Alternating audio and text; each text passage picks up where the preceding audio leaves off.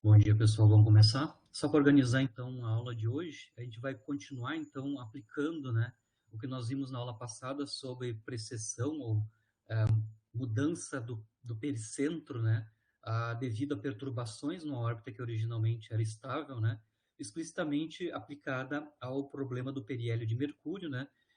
Nesse caso, a gente vai fazer uma revisão de qual é que é o problema específico da medida do periélio, né, comparado com as predições em mecânica clássica. Isso já remonta já à metade do século XIX, início do século XX, e esse problema da discrepância teórico-experimental só vai ser resolvida nos anos 1916, né, quando Einstein propôs então a sua teoria da relatividade geral, né, e ele explica, né, essa diferença experimental entre a predição clássica e a medida experimental da precessão do periélio de Mercúrio via uma perturbação advinda de correções da relatividade geral da interação entre o Sol e o Mercúrio, né?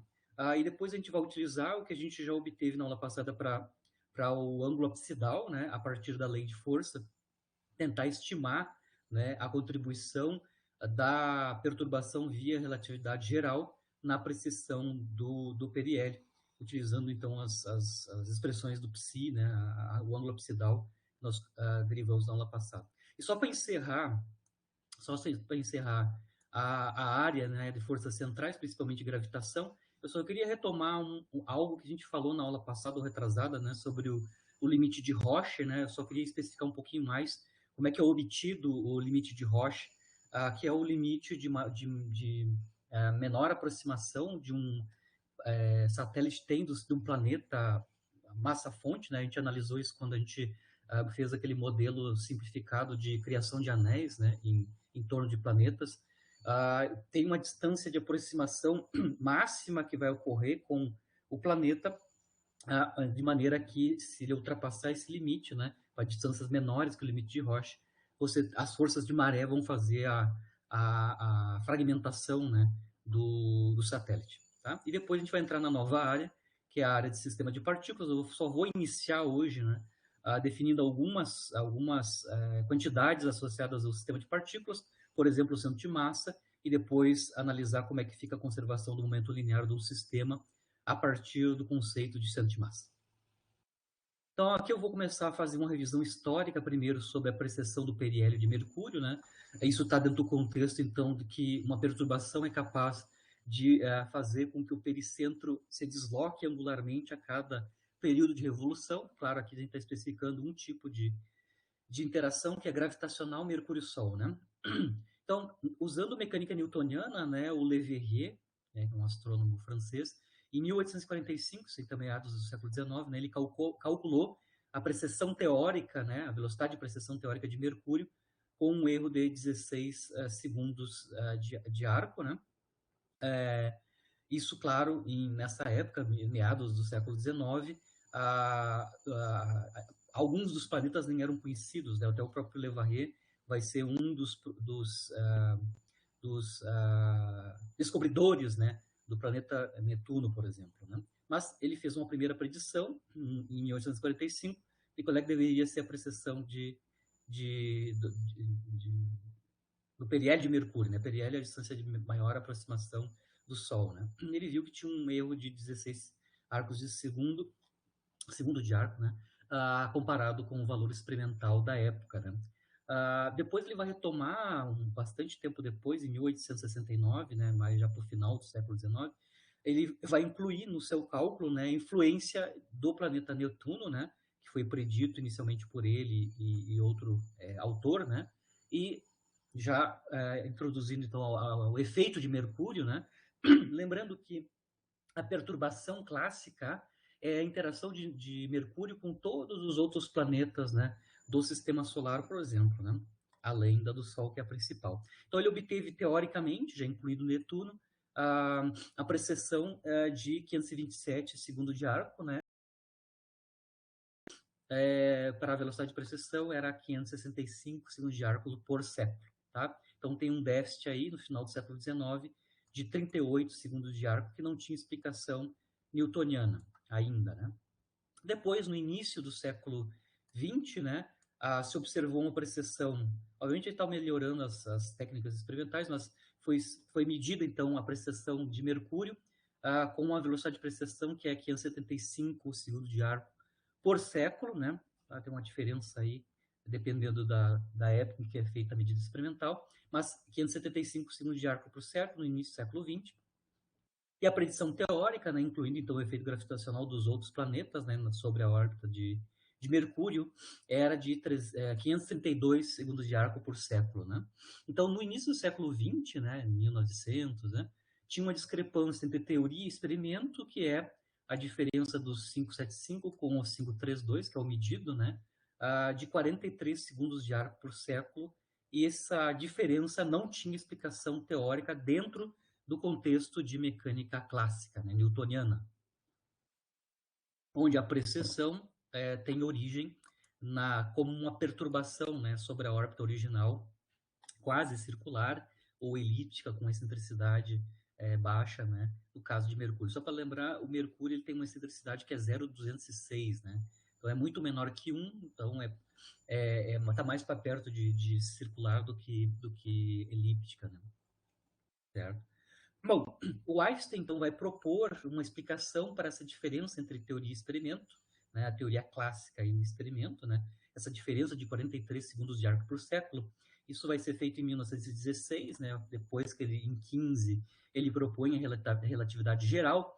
Então, essa explicação da precessão, né, não a precessão, mas essa diferença entre a teoria e experimento clássica e experimento, né, o Einstein vai tentar fazer a aplicação da teoria nova dele, da gravitação geral, né, de Einstein, né, para tentar explicar essa diferença entre teoria e experimento, teoria clássica e experimento. Ele vai mostrar explicitamente que essa diferença advém, então, quando ele corrige a relatividade, a gravitação clássica por correções relativísticas, né, do contexto da relatividade geral, tá? Então, ele vai aproximar, né, a predição da relatividade geral para a lei de força da interação entre Sol e o planeta Mercúrio, né? E essa correção da relatividade geral, o Einstein foi capaz de calcular explicitamente, né? Então ele vai pensar que a correção relativística, né, sobre a gravitação newtoniana, que a gente já analisou na aula passada, né, que é atrativo, lei do inverso quadrado da distância, que é a interação principal com o Sol, né, a correção relativística o Einstein vai considerar como sendo uma perturbação sobre a interação clássica newtoniana, né, e o Einstein predisse, né, dentro do contexto da relatividade geral, que a contribuição, né, de correção relativística tem esse comportamento, né?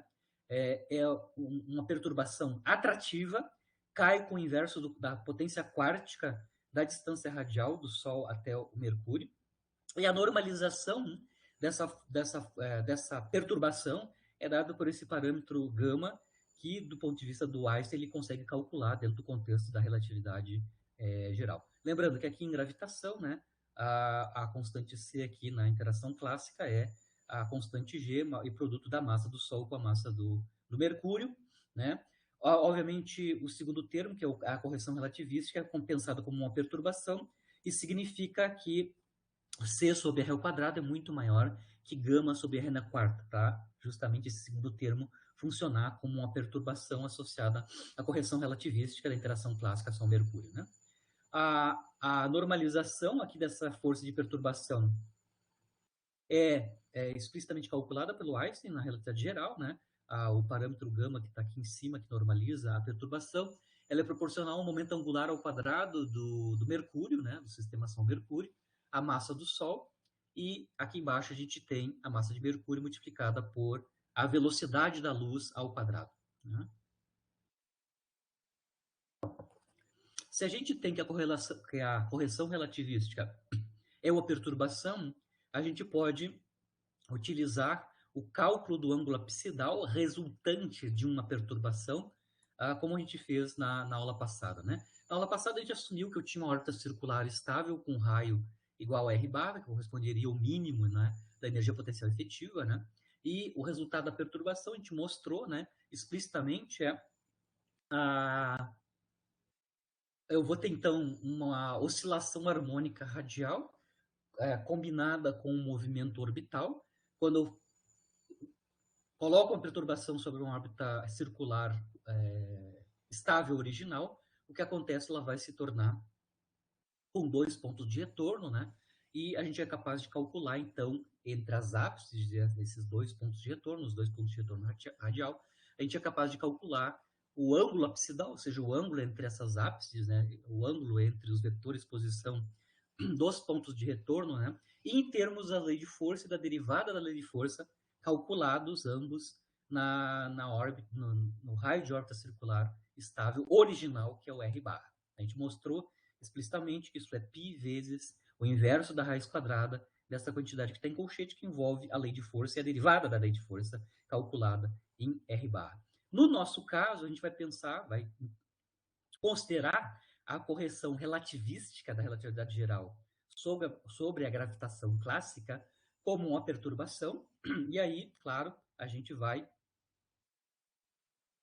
escrever aqui o ângulo apsidal correspondente resultante dessa perturbação, né? Então aqui primeiro eu vou calcular esse segundo termo, que envolve então a própria a lei de força nova, né? Calculada em R barra. Aqui, claro, na lei de força nova, eu estou fatorando nos dois termos menos C sobre R barra ao quadrado. Eu tenho um shift aqui de gama sobre C R barra ao quadrado no segundo termo. Estou calculando a derivada segunda, né? Perdão, a derivada primeira da lei de Force, né?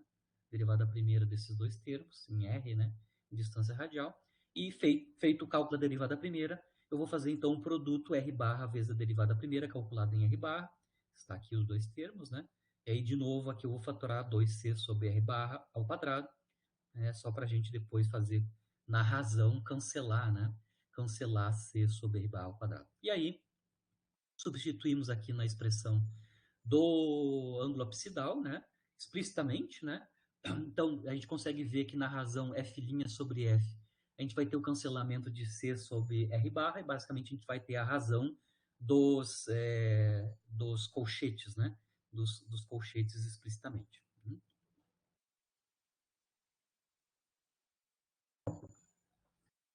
Tá aqui, né? Tá aqui, eu já fiz a razão da derivada, R barra vezes a derivada dividido pela F de R barra. Aqui, só para simplificar o segundo termo, eu vou multiplicar em cima e embaixo no numerador e no denominador por 1 menos gama sobre CR2. Eu faço isso porque aí embaixo a gente vai ter uma simplificação, né? Eu vou ter A mais B, A menos B, ou seja, na verdade 1 mais A, 1 menos A, né? E em cima, claro, a gente vai ter que fazer o produto explicitamente, que está feito aqui, né? É apenas um truque matemático. Multiplica em cima e embaixo por 1 menos gama por C R barra ao quadrado, certo? Embaixo, como eu estava comentando, eu vou ter então 1 menos gama 2 C2 R2, ou seja, o quadrado desse cara aqui, né?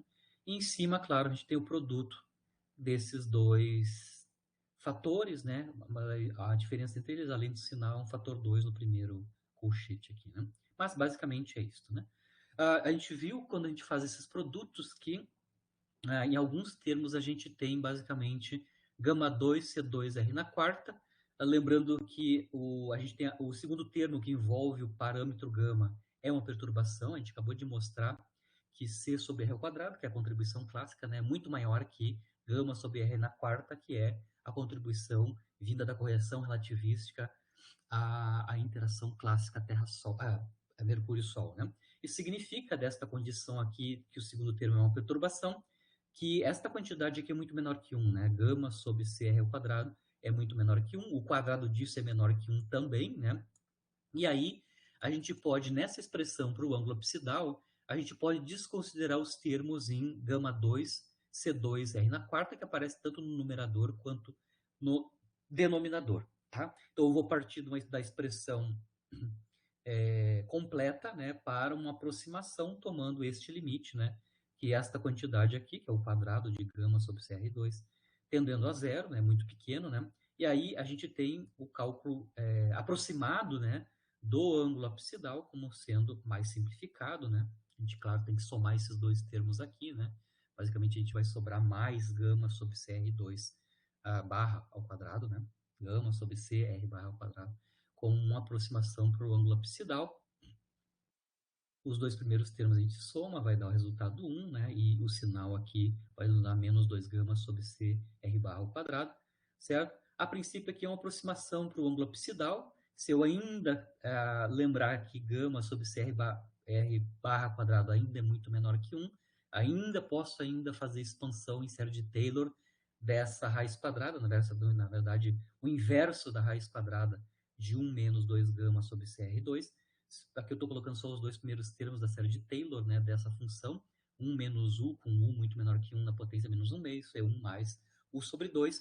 Então, a gente ainda pode aproximar mais uma vez, né, fazer uma segunda aproximação para o ângulo abscidal, como sendo π sobre 1 mais gama sobre CR2, né, certo?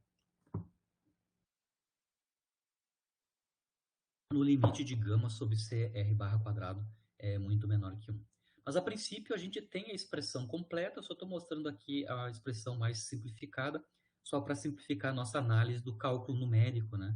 Da contribuição da perturbação correção relativística para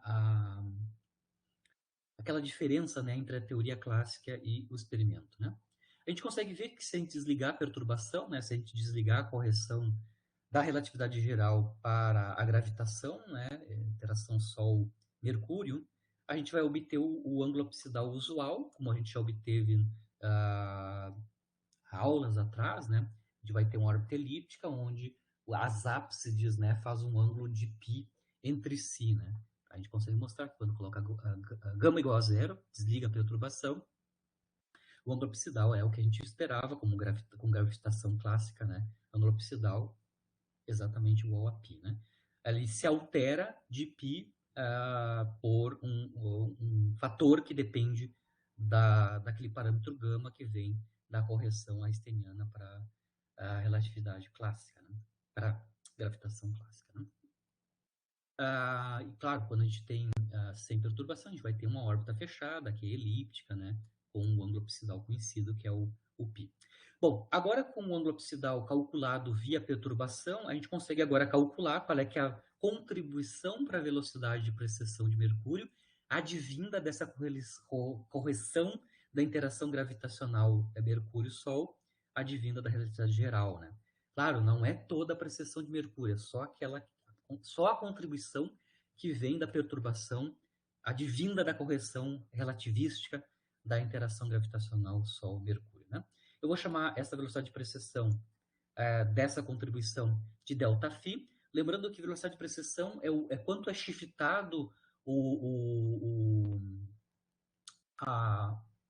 ângulo polar do pericentro, aqui é o periélio, né, a cada período de revolução, né? Então, para calcular essa velocidade, quanto foi shiftado a cada período de revolução, a posição angular em ângulo polar, né, do pericentro, do periélio, né, a gente vai calcular a velocidade de precessão desta maneira, né, 2 vezes o ângulo abscidal menos 2π, isso vai nos dar qual é que é o shift, né, do pericentro angularmente a cada período de revolução e dividimos pelo período de revolução. Isso vai nos dar uma velocidade de precessão em unidades de radiano por período de revolução, né, radiano por ano, ou radiano por século, ou segundo de arco por século, como a velocidade de precessão. Mas basicamente o que a gente precisa é a diferença entre 2 vezes o ângulo abscidal, que a gente calculou aproximadamente aqui, e o 2π, né?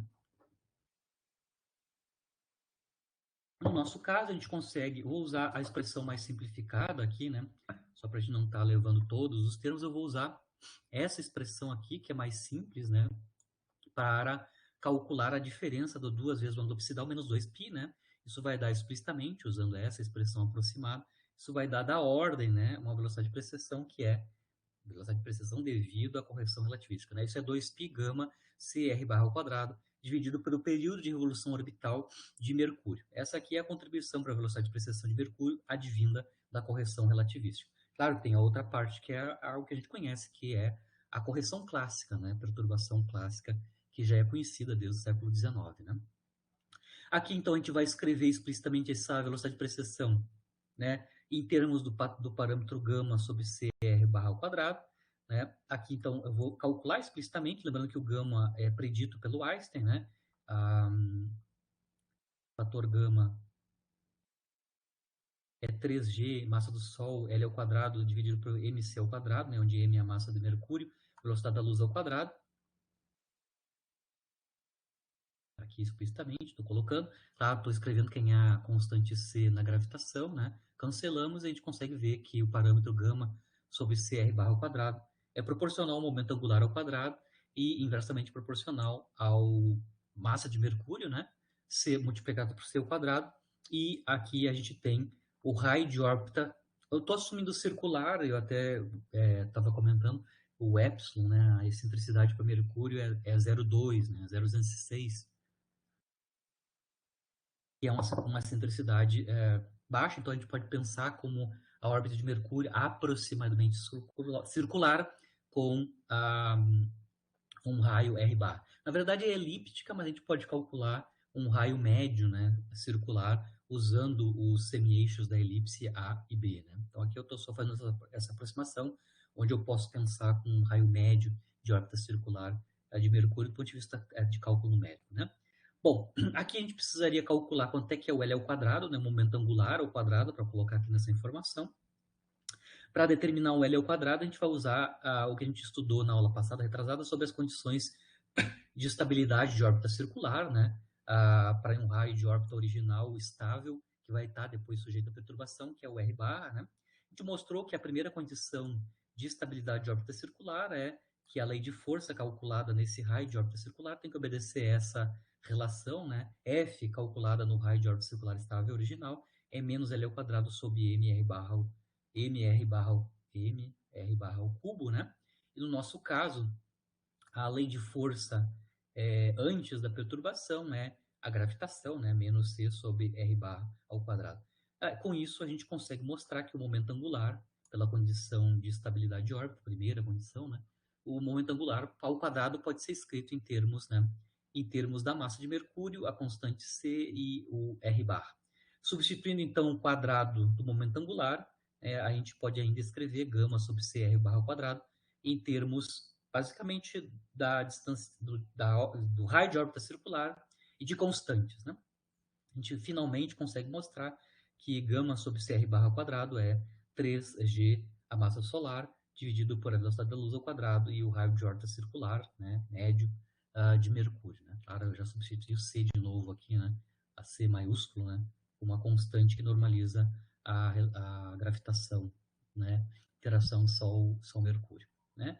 Também, da terceira lei de Kepler, né, a gente sabe que há uma relação entre o quadrado do período orbital de órbita de um planeta, né, e o cubo, né, do seu semi-eixo A da elipse, né? Como eu estou assumindo aqui uma órbita quase circular, né, ou aproximadamente circular para Mercúrio, nesse caso, a terceira lei de Kepler vai implicar isso daqui, né, o quadrado do período de órbita de Mercúrio, assumindo uma órbita quase circular, é 4π quadrado sobre gm solar, né, massa solar, isso é a proporcionalidade, né, constante proporcionalidade entre o quadrado do período, e o cubo do semi-eixo A, mas eu vou assumir que os semi-eixos são da mesma ordem, valendo R barra, né, então tem R barra ao cubo. Tá?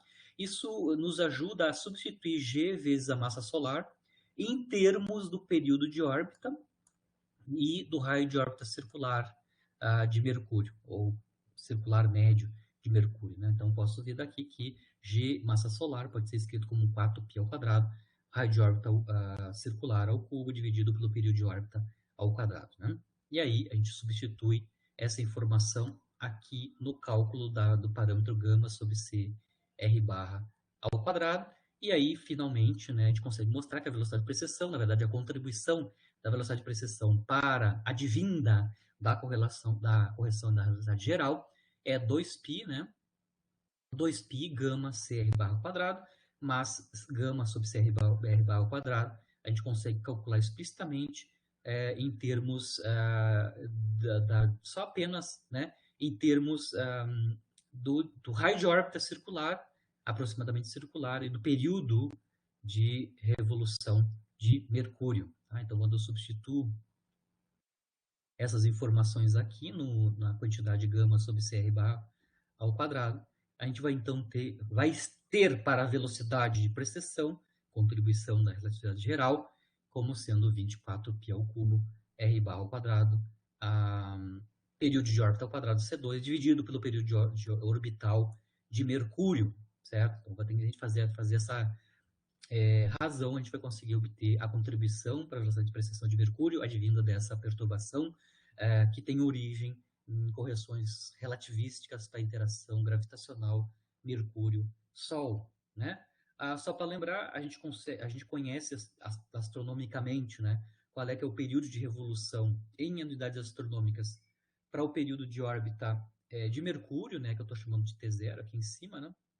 Ele é da ordem de 0,241, 0,241, o período de revolução terrestre, né, que é um ano terrestre, né? Isso é então 0,241 ano terrestre, né? Se eu quiser escrever esse período em segundos, né, eu vou converter ano para segundos. O fator de conversão é da ordem de π10 na 7 segundos, né? Um ano é π10 na 7 segundos. Isso vai dar por o período de revolução de Mercúrio da ordem de 7,69, 10 na 6 segundos.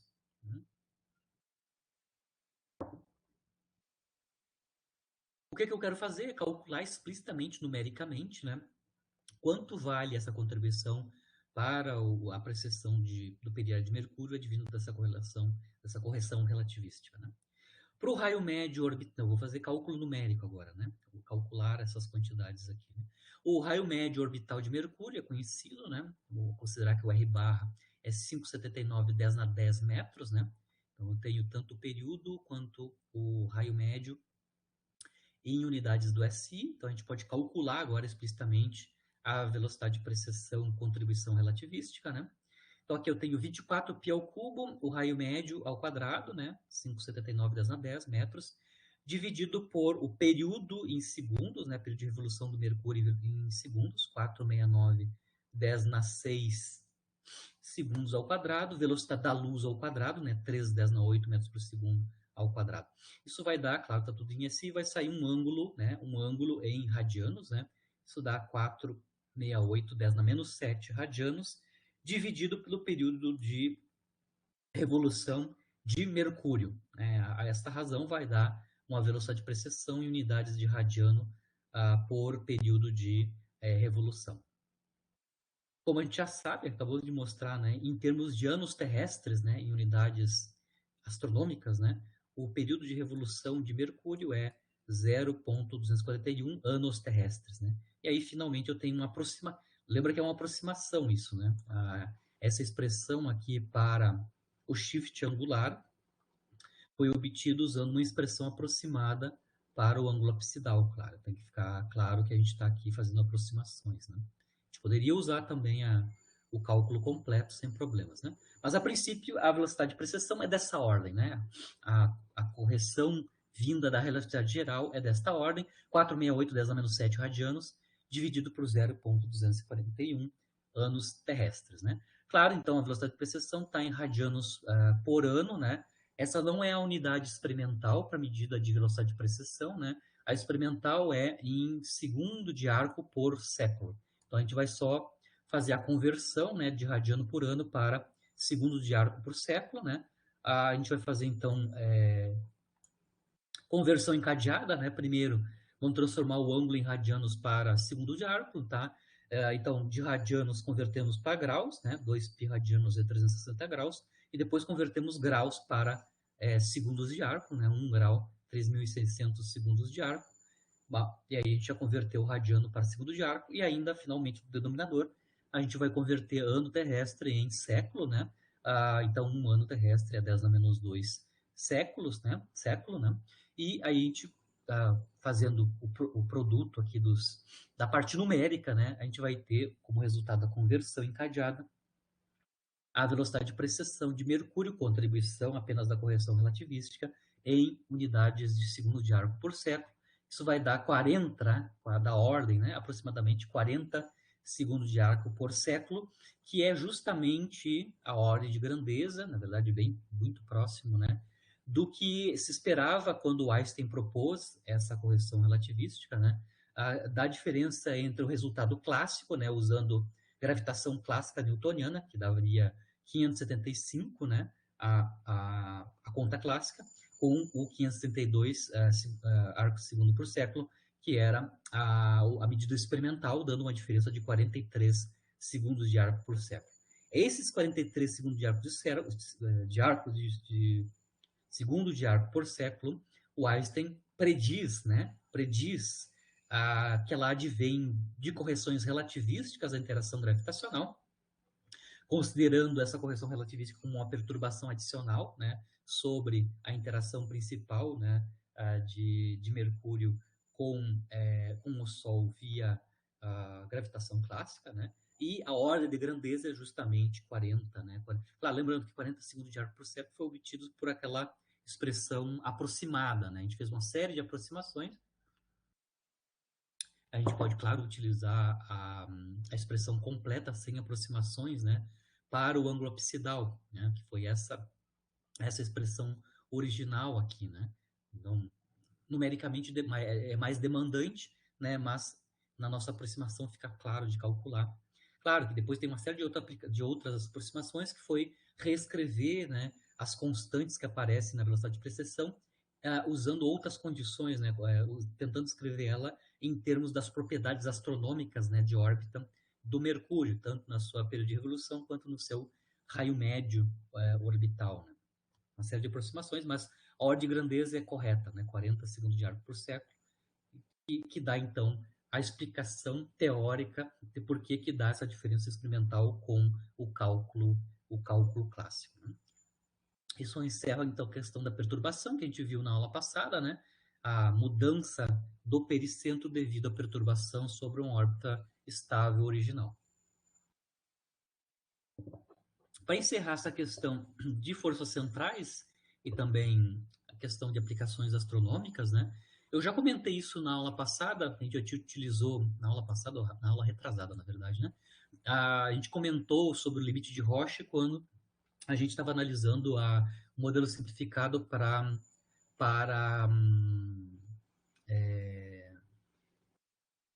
criação de anéis, né, em planetas, né?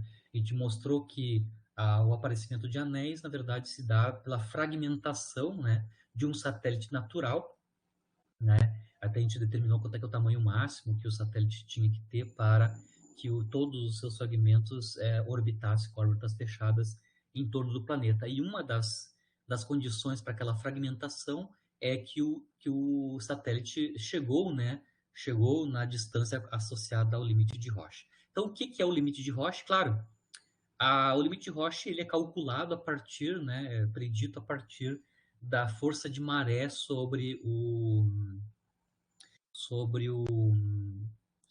satélite, né? Claro que aqui eu vou só dizer qual é que é a expressão da força de maré, né?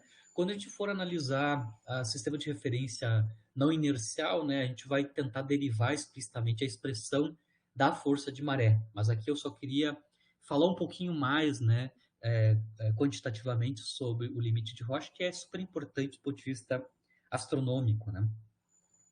Então, o limite de Roche, né, uma das consequências da força de maré, né, sobre satélites naturais, né, é que ele não pode se aproximar muito do planeta fonte do campo gravitacional sem se romper, tá? Então, a força de maré é tão alta, né, que ele desmembra fragmentos, né, desmembra o satélite em fragmentos menores, né?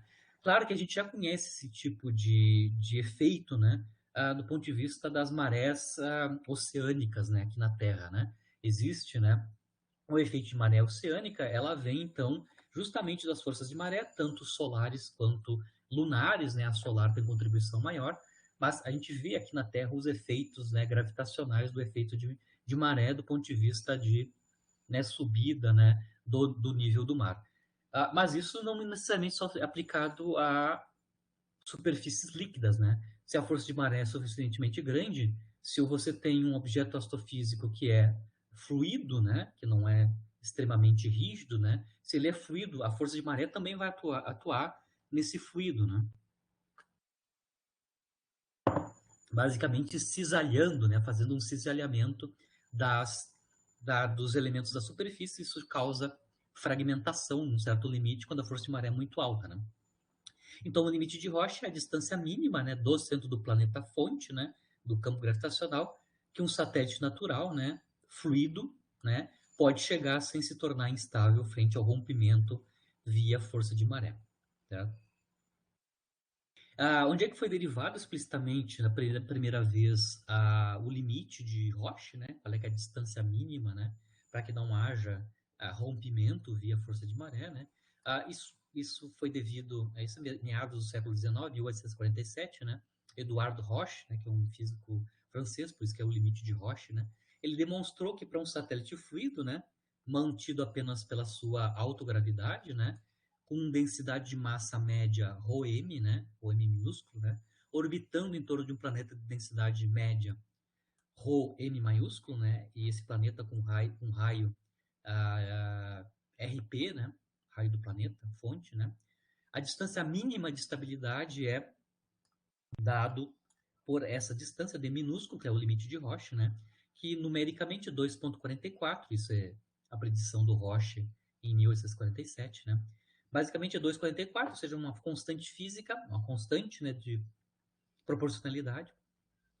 A razão das densidades volumétricas de massa do planeta fonte e do satélite, né, ρm maiúsculo dividido por m minúsculo, potência 1/3, multiplicado pelo raio do planeta fonte, né?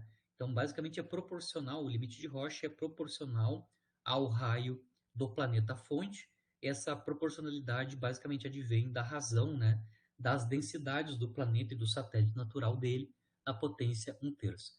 Obviamente, se as densidades, né, do planeta e do satélite são da mesma ordem, né, são iguais, por exemplo, isso dá um limite, né, simples para o limite de Roche, que é 2,44 basicamente vezes o raio, é 2,5 vezes o raio do planeta. Claro que a gente pode fazer cálculo explícito das densidades, mas no limite onde as densidades são iguais, a gente vê que o limite de Roche é 2,44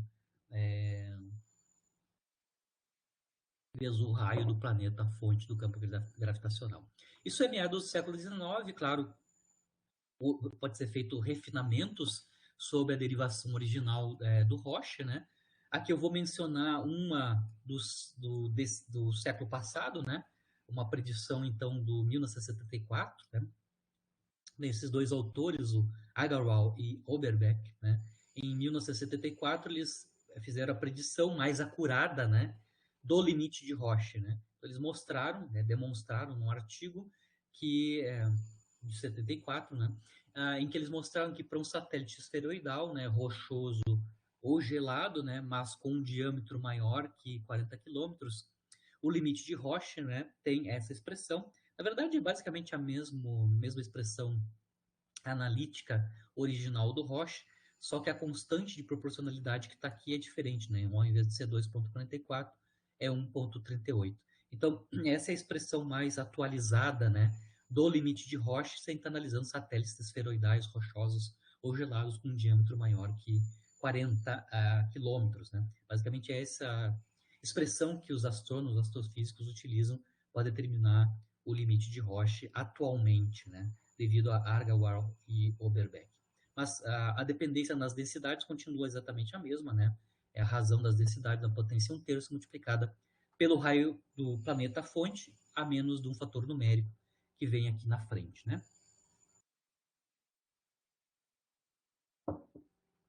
A gente pode derivar simplesmente, né, de maneira simples, a dependência principal aqui do limite de Roche, né, considerando uma análise simplificada, né? Então, eu vou tentar mostrar aqui uma derivação simples do limite de Roche, não usando um satélite, mas sim um exemplo muito simplificado, onde o satélite só tem duas partículas, tá? Então, eu vou fazer aqui uma derivação simples do limite de Roche, utilizando uma versão mais simplificada do satélite, como sendo constituído de dois duas partículas pontuais ligadas, né, gravitacionalmente.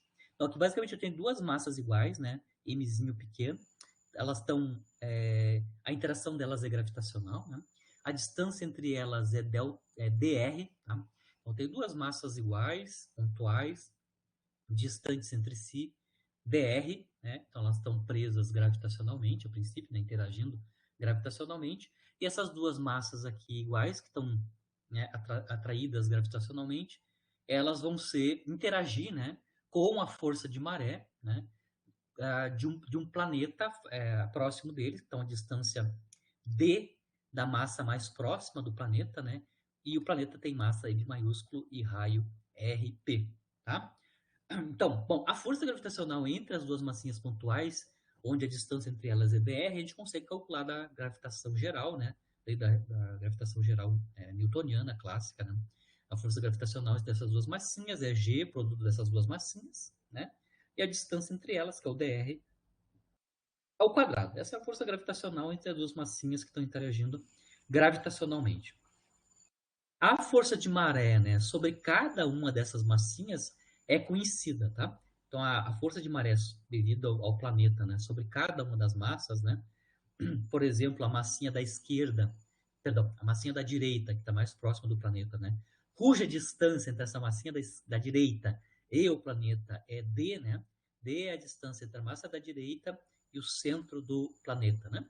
Ou seja, a distância, a força de maré sobre essa massinha mais próxima do planeta a gente tem aqui a expressão da força de maré, né? É 2G, massa do planeta, massa que está sujeita à força de maré, que é essa daqui, pequeno, né? dr, que é a distância entre a massa sujeita à força de maré e o centro do planeta, dividido por d ao cubo, tá? Então, a força de maré, ela é inversamente ao cubo da distância entre o planeta e a massa que está sentindo, né, a força de maré. Mas isso, a princípio, é conhecido, né? A expressão da força de maré em termos da massa-fonte do planeta e a distância desse planeta até a massa que está sujeita à força de maré, né? Claro que essa expressão aqui está vindo de paraquedas, né? Depois a gente vai analisar ela, demonstrar ela do ponto de vista, por exemplo, pode demonstrar de várias maneiras, né? Usando tanto gravitação puramente quanto sistemas de referência não inerciais, tá? Eu vou tentar, quando a gente entrar na área de sistemas de referência não inerciais, eu vou tentar derivar a força de maré usando aqueles conceitos. Mas, basicamente, eu vou utilizar, né, a informação que a força de maré tem esta dependência na distância entre o planeta e a massa que está sujeita à força de maré. Né? Bom, para que as duas partículas permaneçam juntas, né, a força gravitacional entre elas tem que contrabalançar a força de maré. Né? Ou seja, para eu não ter o desligamento, né, da força gravitacional entre as duas massinhas pequenas aqui, né? Eu tenho aqui impor, né, que a força gravitacional entre essas duas massinhas, né, é no mínimo igual à força de maré, né? Certo?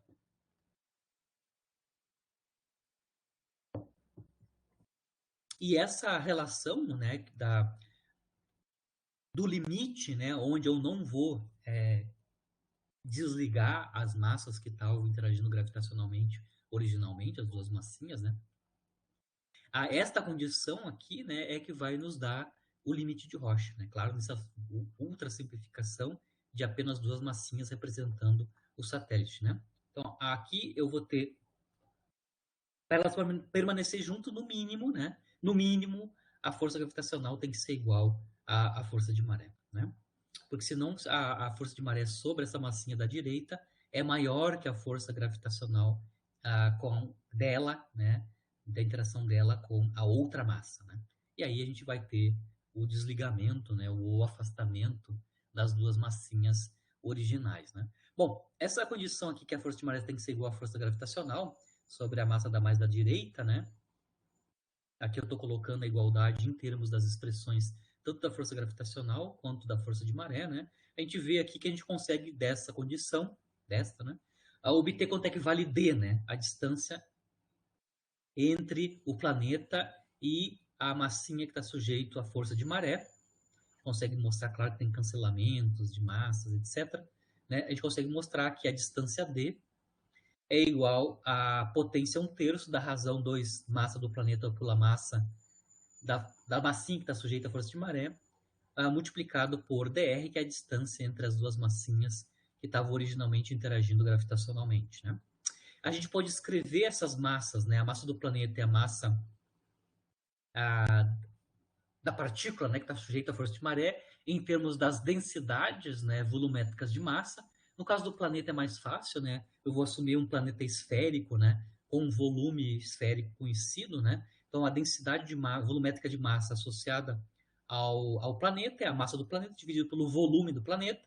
Eu vou assumir um volume esférico que é calculado em termos do raio, né, desse planeta, né, que é 4/3 de πr do planeta ao cubo, né? Volume esférico. Isso é a densidade volumétrica de massa do planeta. Aqui a densidade de massa do meu satélite, que aqui está sendo aproximado por duas massinhas, né, interagindo gravitacionalmente, eu posso escrever essa densidade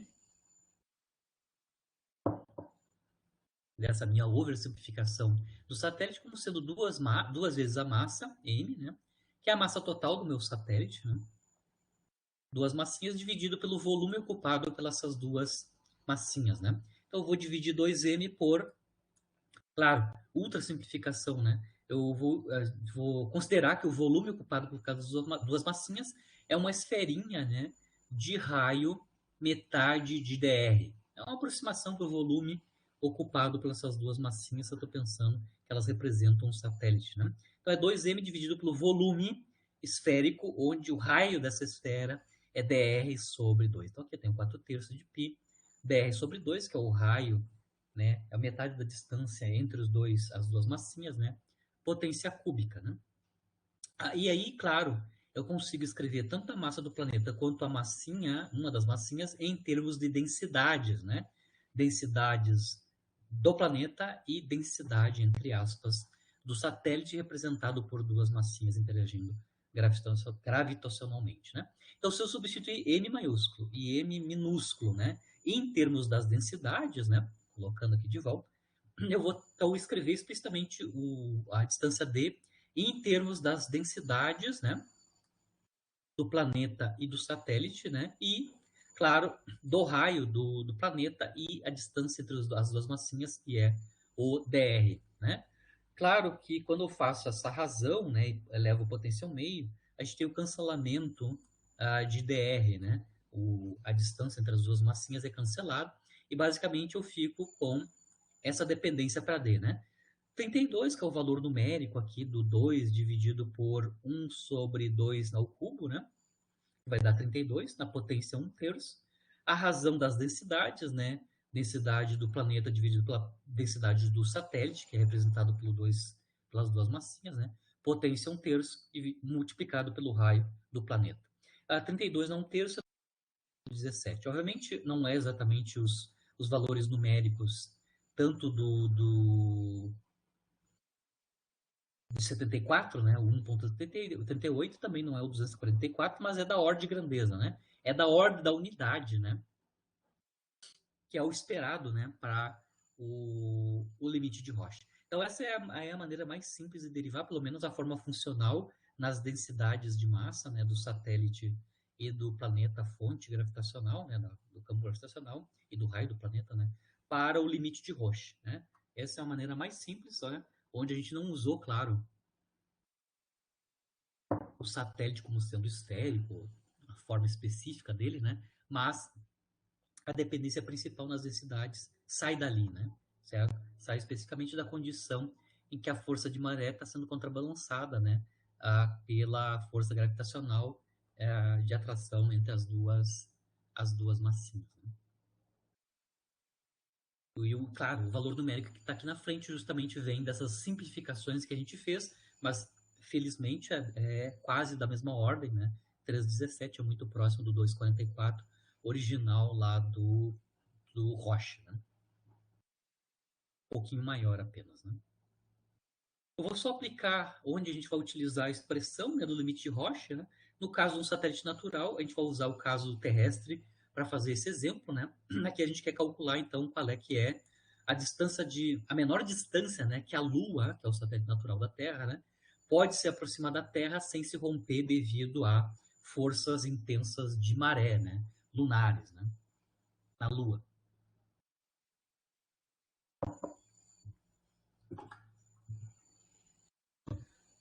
No caso da Lua, como ela não tem mar, não tem oceanos, né, a força de maré vai fazer então a fragmentação via, né, cisalhamento, né, da superfície, assim por diante. Né? Então, para fazer isso, para fazer o cálculo, se a gente quer calcular, então, usando a expressão mais recente, né, que é essa de 74, a gente vai precisar calcular as densidades de massa da Terra, né, densidade volumétrica de massa da Terra e da Lua, né, e ainda saber o raio do planeta, que é o raio da Terra. Né? Então, aqui tem as informações da Terra e da Lua, né? Massa da Terra, 5,97, 10 kg. Massa da Lua, 7,35, 10 kg. Raio da Terra, 6.370 km. Raio da Lua, 1.738 km. Aí, então, vamos calcular, então, as duas densidades, né? A densidade da massa do planeta fonte do campo gravitacional, que dá origem à força de maré, né? Que é a Terra, né? Então, aqui a gente vai calcular a densidade de massa terrestre, né? Que é a massa da Terra dividida pelo volume esférico ocupado pela Terra, cujo raio é raio da Terra, né? Numericamente, essa razão, substituindo o valor da massa, né, da Terra e do raio da Terra, a gente vai obter em quilogramas por metro cúbico a densidade volumétrica de massa da Terra, né? É 5.514 quilogramas por metro cúbico. A mesma coisa para a Lua, né, que é o satélite natural, que tem uma densidade ρm minúsculo, né, que basicamente então é a densidade volumétrica de massa da Lua, né, é a massa da Lua dividido pelo volume esférico da Lua, né, cujo raio da Lua é o RL, né, 1738, fazendo essa razão numérica, a gente obtém para a densidade volumétrica de massa para a Lua 3.342 kg por metro cúbico. Né? Então, as duas densidades a gente tem, e a gente agora pode calcular numericamente o limite Roche para a Lua. Né? Então, o D, né, o limite Roche lunar para a Lua, é 1,38, né, que é o valor numérico aqui mais recente, né, 74. A razão das densidades na potência 1/3, né? Razão das densidades potência 1/3, RP, né? As razões das densidades nas mesmas unidades, né? Então, ρm sobre ρm minúsculo, né? Rho da Terra sobre Rho da Lua, né?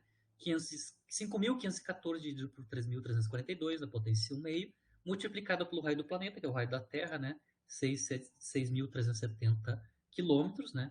Isso numericamente vai dar um limite de Roche em quilômetros, né?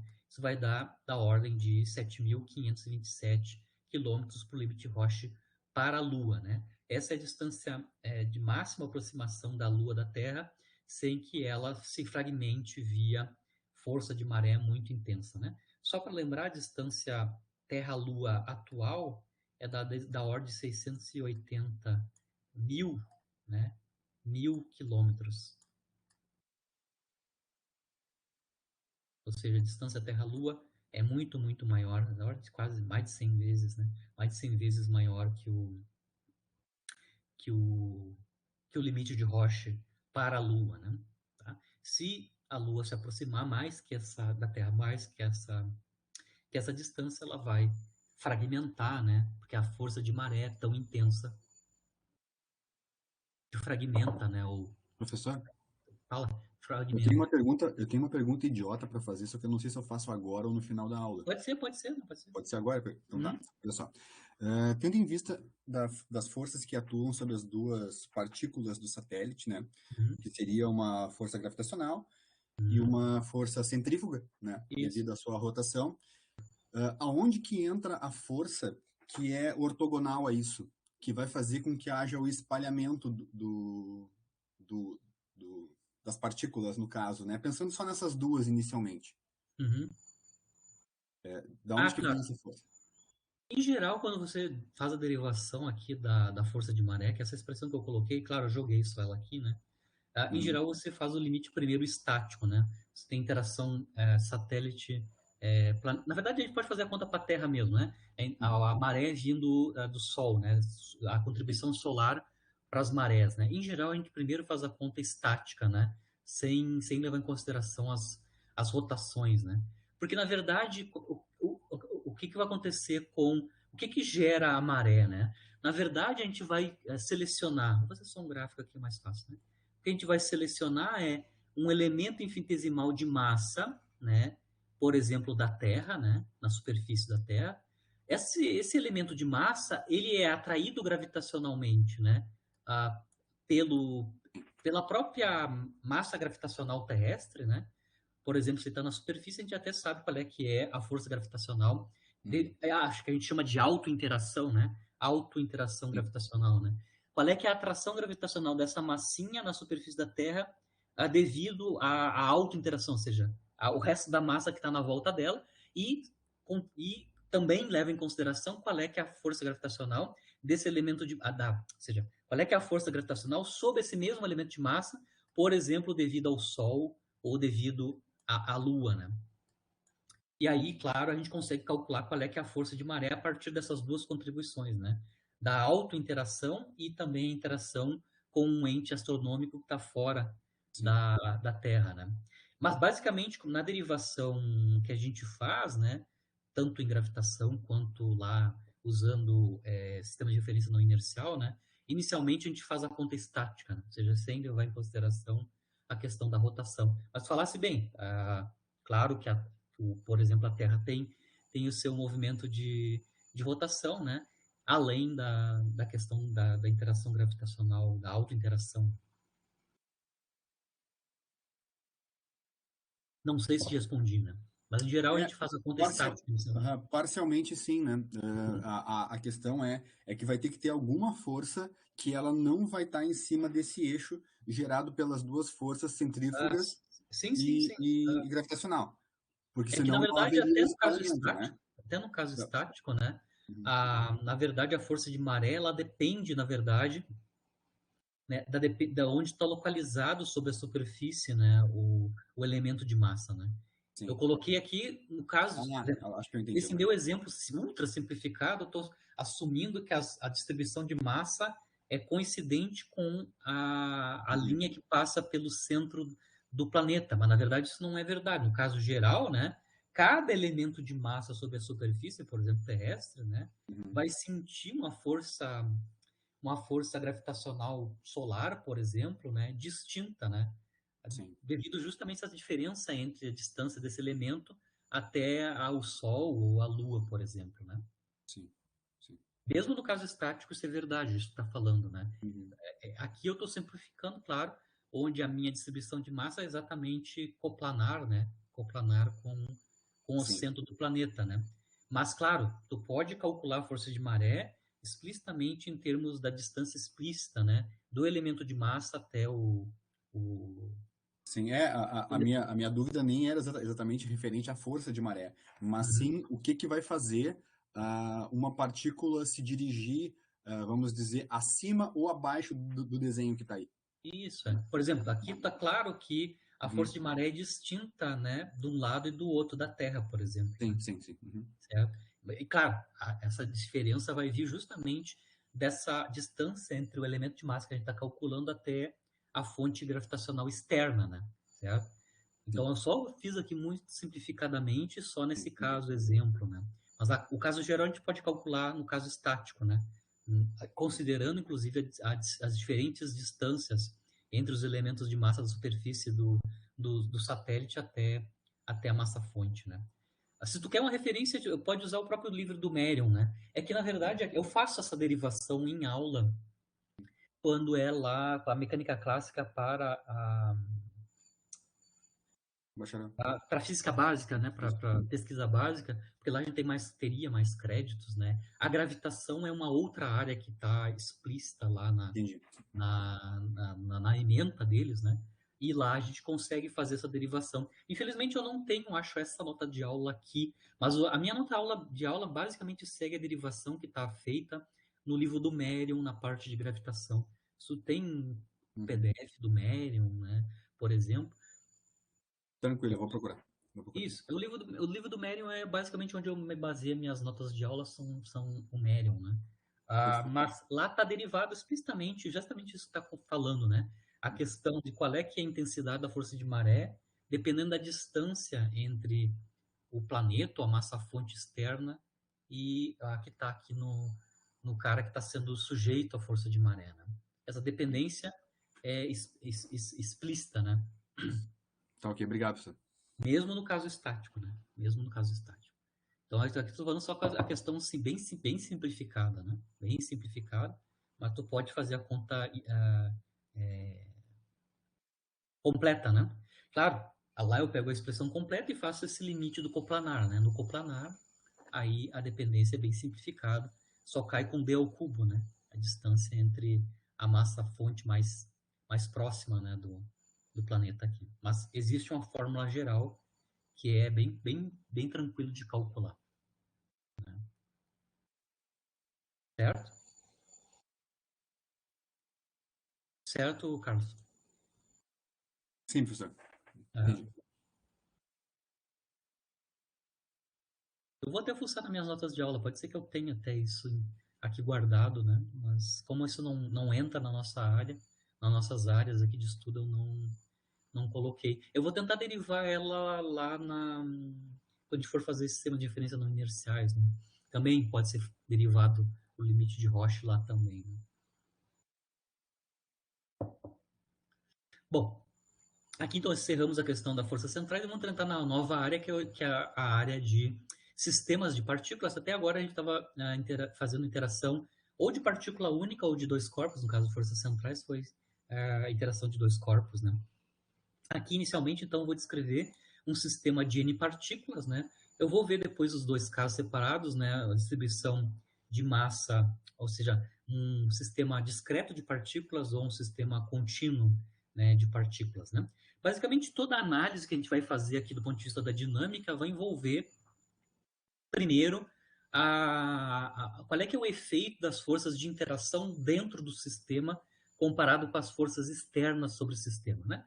Para a gente fazer essa análise de qual é que é a importância das forças internas de interação entre as partículas do sistema, a gente vai utilizar basicamente a terceira lei de Newton, né? Ela vai desempenhar um papel importante aqui na dinâmica, né?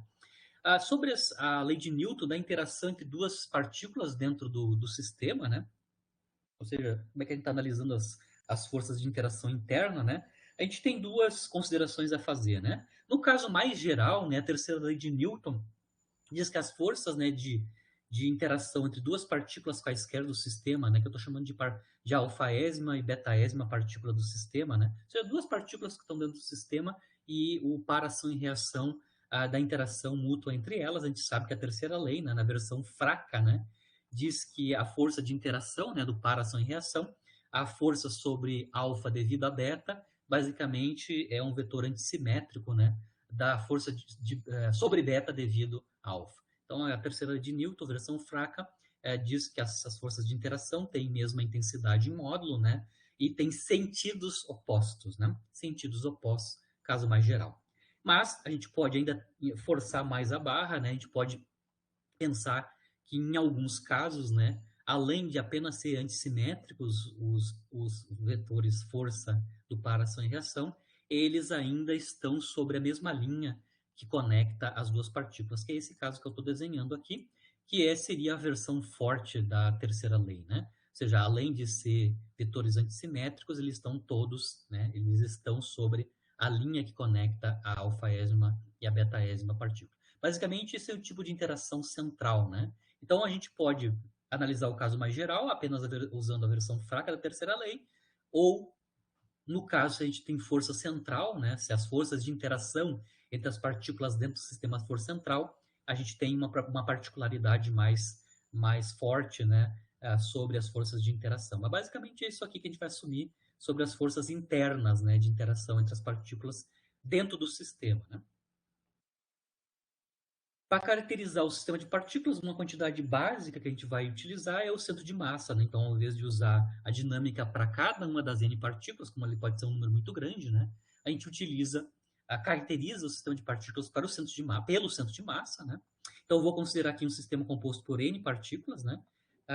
No qual a massa de cada partícula é rotulada por M-alfa, né? Então, M-alfa é a massa da alfaésima partícula. Claro, onde o rótulo alfa, né, o índice alfa vai de 1 até n, né? E para cada partícula, né, ou seja, para cada alfaésima partícula, né, a gente tem o seu vetor posição correspondente, que é o vetor R-alfa. Então, R-alfa, vetor R-alfa é o vetor posição da alfaésima partícula relativo a origem no sistema de coordenadas que a gente está utilizando, né?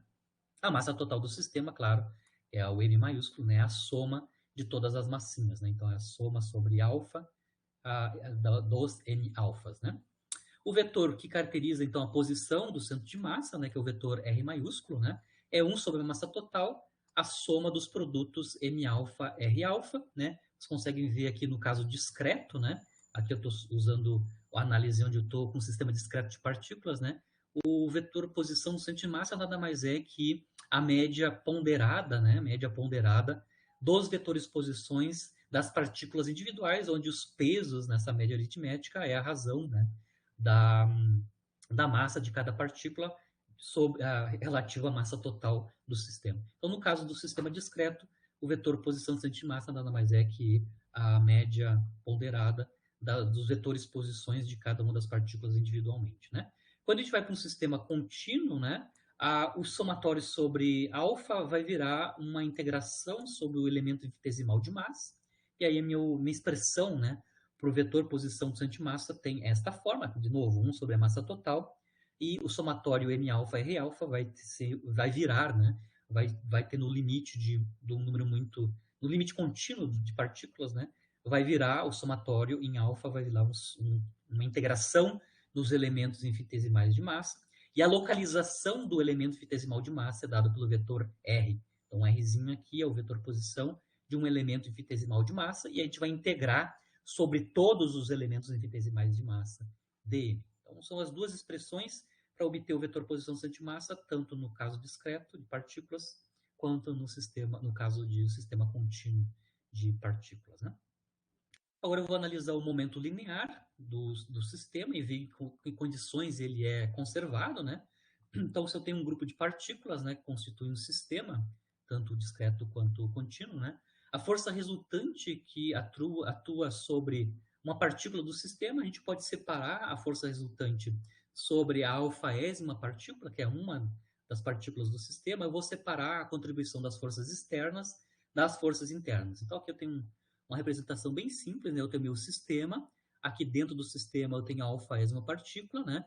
Ela interage com todas as outras partículas do sistema, as n-1 partículas do sistema, e também interage com forças externas, no caso mais geral, tá? Então, aqui eu vou separar as contribuições externas e internas da força resultante sobre a alfaésima partícula. Primeiro, eu vou designar a força externa total, né, sobre a alfaésima partícula como sendo F alfa externo, né?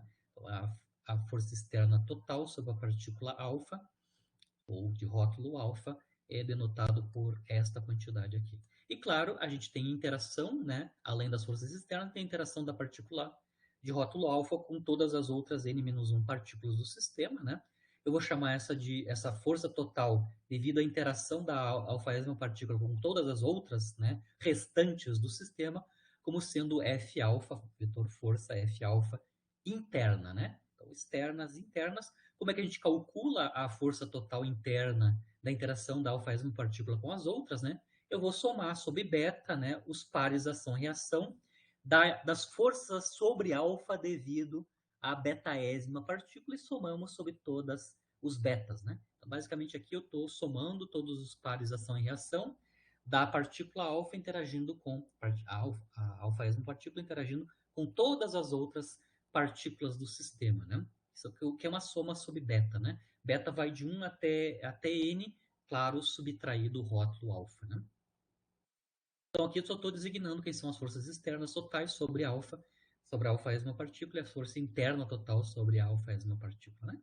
A força total sobre a alfaésima partícula é a soma, então, dessas externas e internas, né?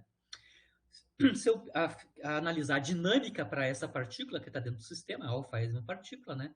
A gente sabe que a taxa de variação temporal do seu momento linear, que é o P alfa ponto, né?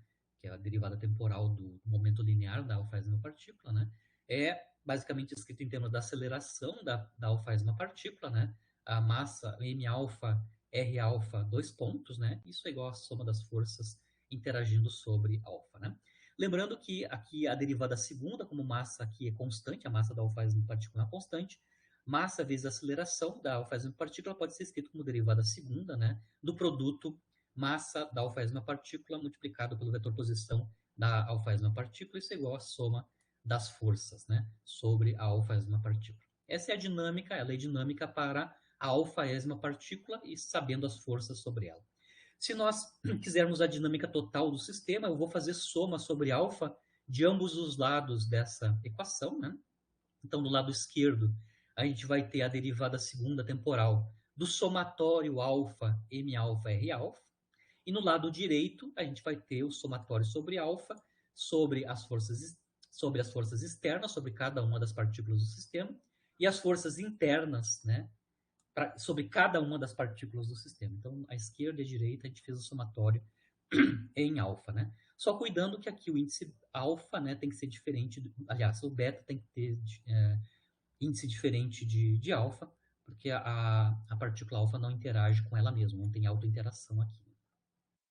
A gente pode ainda escrever, né, o que está no lado direito como uma força total, né, sobre o sistema de partículas, né? Então, quando a gente somou sobre alfa, aqui a gente tem a força total. O primeiro termo é a força externa total sobre o sistema, né? Então, o somatório em alfa, contribuição das forças externas sobre a alfaésima partícula vai nos dar a força externa total sobre o sistema, né? A gente consegue mostrar que esse segundo termo, basicamente, é a soma dos pares ação e reação, né? Se eu somo em alfa e beta, eu estou somando todos os pares ação e reações das interações partícula-partícula dentro do sistema. Isso é zero, né? Se eu somar pela terceira lei de Newton, né? Pela terceira lei de Newton, se eu somar todos os pares ação e reação, isso vai dar contribuição nula, né? Então é interessante que eu consigo mostrar que no lado esquerdo, aí a gente vai ter então derivada segunda temporal, do somatório em alfa, m alfa, r alfa, mas isso se a gente utilizar a definição do centro de massa, do vetor posição do centro de massa, isso é basicamente massa total multiplicado pelo vetor posição do centro de massa, isso é o somatório de m alfa, r alfa, né? Então, só substituindo esse somatório em termos da massa total do vetor posição do centro de massa, né? Isso é igual, claro, à força externa total sobre o sistema, que é essa soma aqui, né? Mais zero, né, que é a soma dos pares ação e reação. O que é importante aqui é que, do ponto de vista de dinâmica de um sistema de partículas, né, toda a dinâmica não advém, né, toda a dinâmica vem apenas das forças externas sobre o sistema. As forças internas sobre os sistemas não contribuem para a dinâmica do sistema de partículas, né? Eu consigo mostrar aqui que a lei dinâmica que rege o sistema de partículas é a massa total do sistema multiplicado pela aceleração do centro de massa é igual à força externa total, apenas a externa total sobre o sistema de partículas, né? Então, a interação entre as partículas do sistema, a interação interna dentro do sistema, não manda, né? Não tem nenhum papel na dinâmica do sistema. E outra coisa que a gente consegue entender é que toda a dinâmica pode ser pensada, né, em termos do centro de massa, né? Certo?